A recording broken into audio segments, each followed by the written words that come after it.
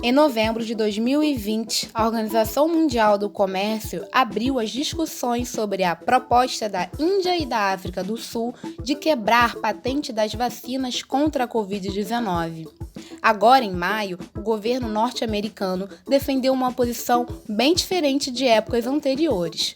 Os Estados Unidos defenderam a suspensão temporária das patentes, ou seja, dos direitos de propriedade intelectual sobre vacinas e remédios contra a Covid, até que a maior parte da população do mundo esteja imunizada. Mas a questão não é tão simples. Então, o que se discute hoje é que a maneira como isso é feito, como estava sendo proposto inicialmente, é uma maneira muito ampla. Você basicamente, por quê? Por que ela é muito ampla? Você fala em diversos direitos, não só de patentes. Você fala a prevenção e tratamento de Covid-19 de uma maneira geral, e aí o que é prevenção e tratamento de Covid-19? Quer dizer, você está falando só de uma vacina, você está falando de um respirador, você está falando de um medicamento para o coração, ou para um medicamento para um problema venoso, que a gente sabe que é um das possíveis sequelas do Covid. As patentes estão no centro de uma disputa global pela liderança tecnológica.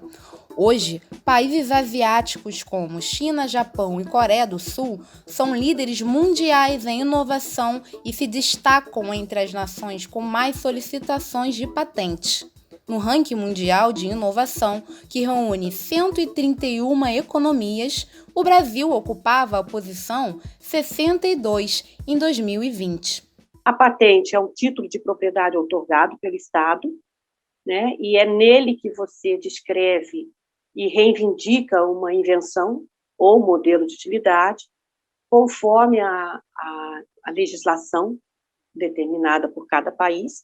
No caso do Brasil, é a Lei de Propriedade Industrial, né? Que é a Lei 9279, e aí, ao ter uma carta de patente, ao ter esse título outorgado, vai conferir ao proprietário um direito de explorar essa invenção dentro de um determinado tempo e no espaço. O tempo é o tempo de vigência e o espaço é dentro do próprio país. No Brasil, o registro de patentes é feito pelo INPE, o Instituto Nacional de Propriedade Industrial. E, para obter o reconhecimento internacional de uma patente, é necessário fazer depósitos pela Convenção da União de Paris, a CUP, ou pelo Tratado de Cooperação de Patentes, o PCT. O encontro virtual organizado pelo Programa de Pós-Graduação em Metrologia da PUC-Rio discutiu o tema da propriedade intelectual. A nossa lei de 96, ela vem de uma necessidade de enquadrar o sistema de proteção à propriedade industrial ao que determina o TRIPS. O TRIPS é um acordo sobre aspectos dos direitos de propriedade intelectual relacionados ao comércio. É um acordo no âmbito da OMC, da Organização Mundial do Comércio, que determina requisitos mínimos de proteção que os países filiados à OMC têm que ter.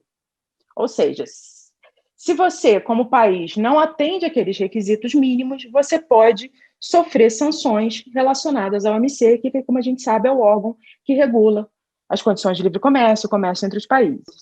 Mas o que implica a quebra de uma patente? No caso da proposta feita pela Índia e África do Sul, a alegação é de que essa quebra permitirá que países menos desenvolvidos possam fabricar e agilizar o processo de vacinação. Recentemente, a OMS divulgou que 65% das vacinas contra a Covid estão concentradas em apenas 10 países. As empresas farmacêuticas alegam que a medida impedirá o desenvolvimento tecnológico e o avanço na área da saúde. Mas o argumento ignora que grande parte das pesquisas de vacina ocorreram também com investimento bilionário de governos, não somente com a indústria farmacêutica.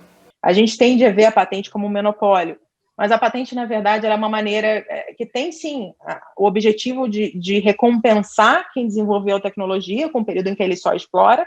E, claro, se não tiver esse tipo de proteção, você gasta 10 anos desenvolvendo, gasta um investimento razoável e em 6 meses alguém está com alguma coisa igual.